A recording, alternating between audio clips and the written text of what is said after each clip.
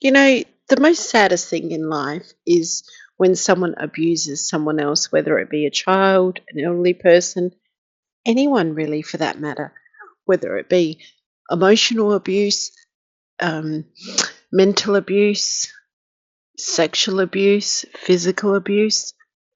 It's all torture. It tortures that person one way or another. And it's awful. But when it comes to elder abuse, there's just that something more evil and sinister, that you could be so evil and so horrible to people in their old age that are vulnerable, people that have lived a life and have so much life experience, to reach a certain age as they get older. And for some person to just come along and chop them off at the knees, so to speak, and batter them with embarrassment and shame and words of abuse and just absolute disrespect. This is what Meghan and Harry have done to both their parents. And it's absolutely heartbreaking. These are not two young adults. Even young adults have more respect, more knowledge, and more brain not to do this. They have a level of knowledge to know that it's not right to do this. But here's two people, Harry being 40 this year and Meghan being 44 this year, are abusing older people for their own advantage. What does that say about them? Meghan had plans to abuse her father from day one. And I don't care what anyone says, it's abuse. And it's awful abuse. Just look at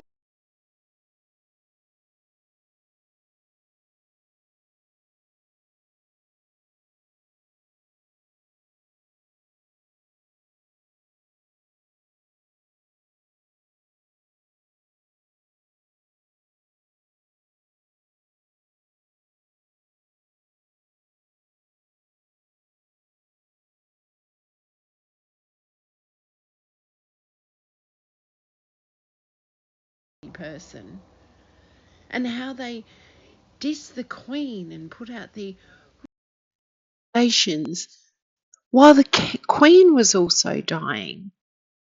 Like, really? This is absolutely despicable. And they go about by saying they are humanitarians, that they have empathy. And Meghan had the nerve to ask, and she put out there in the media, was Harry kind?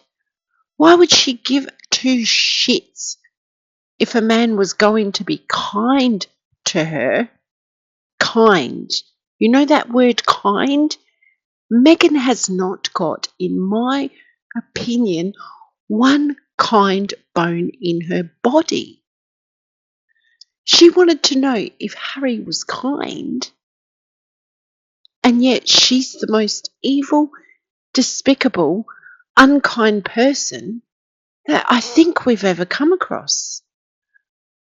Well, essentially, in the royal family, this is the person that we've come across as being the most unkind. Even I remember back when Princess Diana and then Prince Charles were at their worst in the media reporting on them, at their worst in their divorce and this allegation and that allegation and etc. Princess Diana wasn't unkind to him. Charles was not unkind to her. They still had a mutual respect for each other. They had a mutual respect for the crown.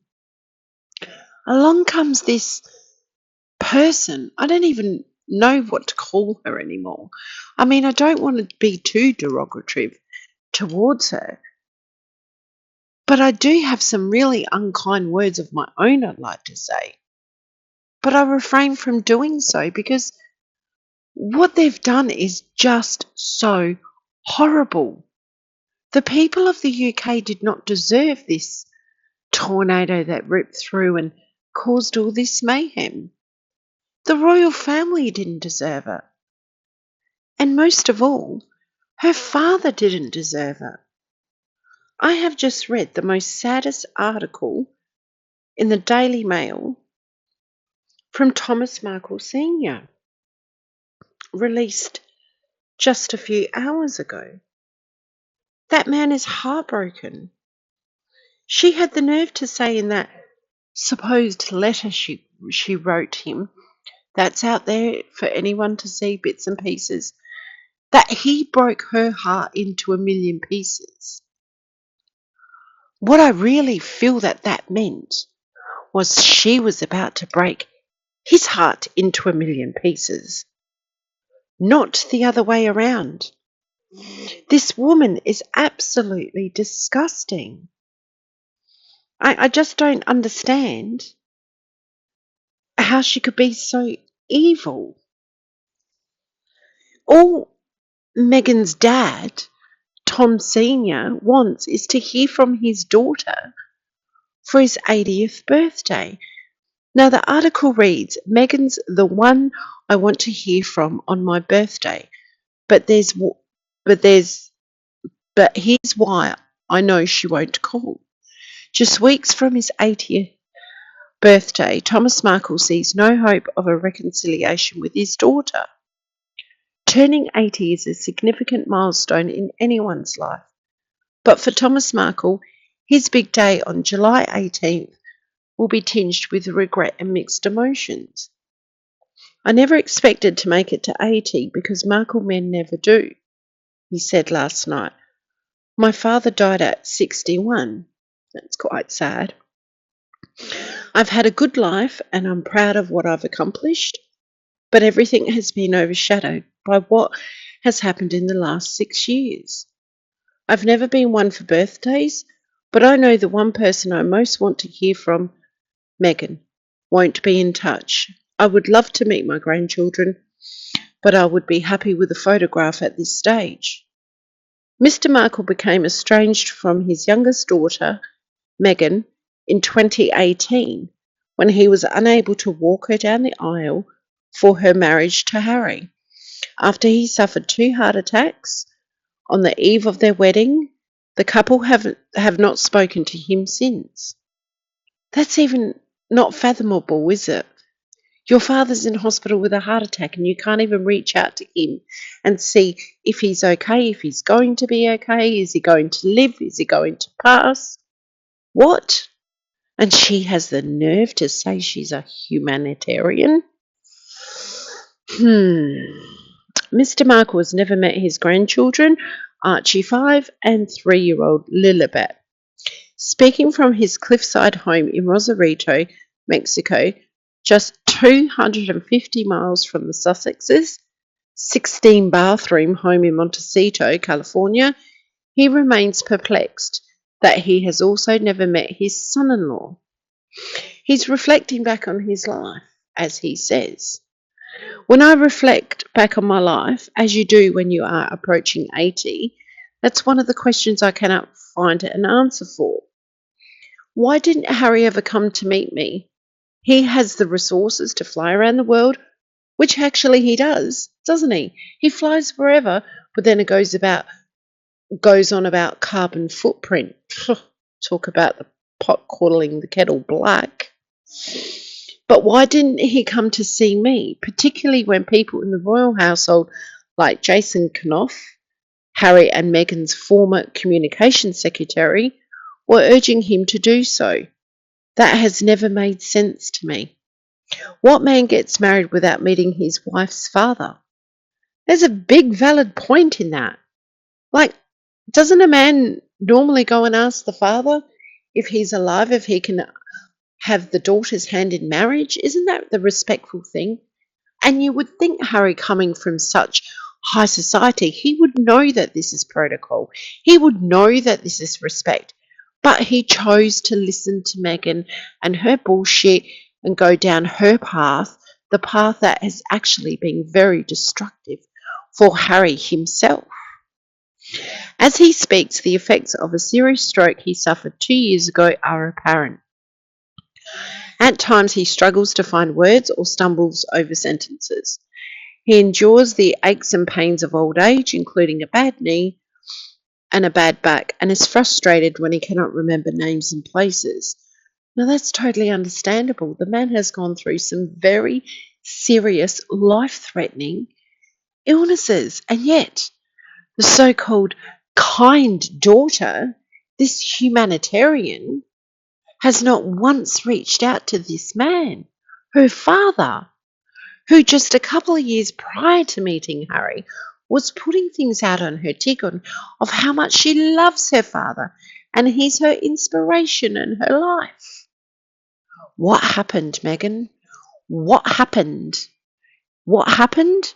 I suspect the money ran out and she found another wallet to use, a bigger, fatter wallet, must I say. He continues to say, I would love to speak to him because I'm sure he has many unanswered questions, as I do. This is Harry we're talking about. Neither of us deserves the treatment we've received. He's going through cancer treatment, this is the king, and I'm not in the best of health. I'm not afraid of dying. It is what it is. That is so sad, isn't it? That a man of his age is not afraid of dying, but yet he's what I guess he's trying to say is he wants to hear from her prior to his passing because, he wants to have things settled before he does leave this earth. Hopefully he doesn't leave this earth for many, many more years to come, and this can be resolved, if not for anyone else's sake, for his own sake, and his own sanity, and his own peace of mind, and for his own heart. He goes on to say, like millions around the globe, Mr. Markle saw the stunning images from last week's Troop in the Colour, which marked the first appearance of Catherine, Princess of Wales, since her cancer diagnosis. But it was the sight of William and Catherine's 3 children, George, Charlotte and Louis, on the Buckingham Palace balcony that particularly moved him. Mr. Markle said, it struck me as very sad that Meghan and Harry's kids are being denied the right to know their cousins who look like fantastic children. The relationship between cousins is a special one. There's a unique bond. I feel sad that Lilibet and Archie don't have the chance to get to know their cousin and take part in things like Troop in the Colour, which is their birthright. They are getting to the age where they will start asking questions, as all kids do. Of course they're going to ask questions. The older they get, the more they're going to be intrigued. They're going to want to know where they come from.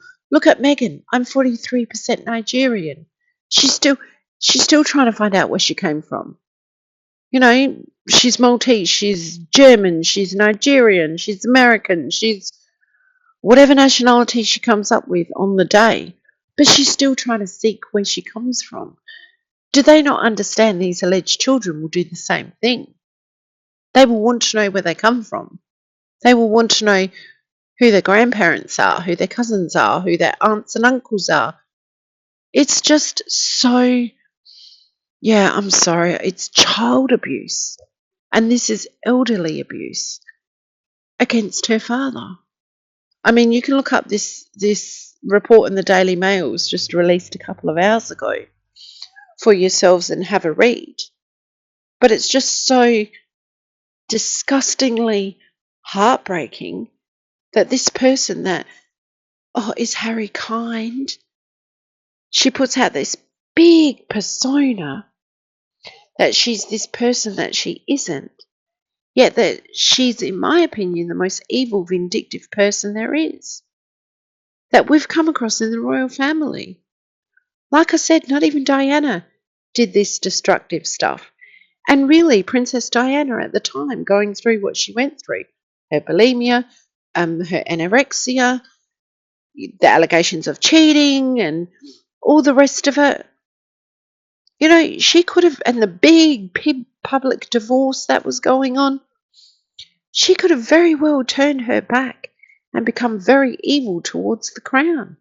But she didn't. Yet we have Meghan that goes in there for 5 minutes and causes all this big destruction because obviously her drug of choice is money. And we know that when people become very addictive and possessive over stuff, they lose who they are, their brain. They lose their brain, their mentality, because they're so addicted to, she's obviously addicted to money, dollar signs, how she can be famous. She really has issues. You know, I wish nothing more for Thomas Markle Sr. to hear from his daughter. It can be all done in private. No one ever has to know. But we know that's probably not going to happen.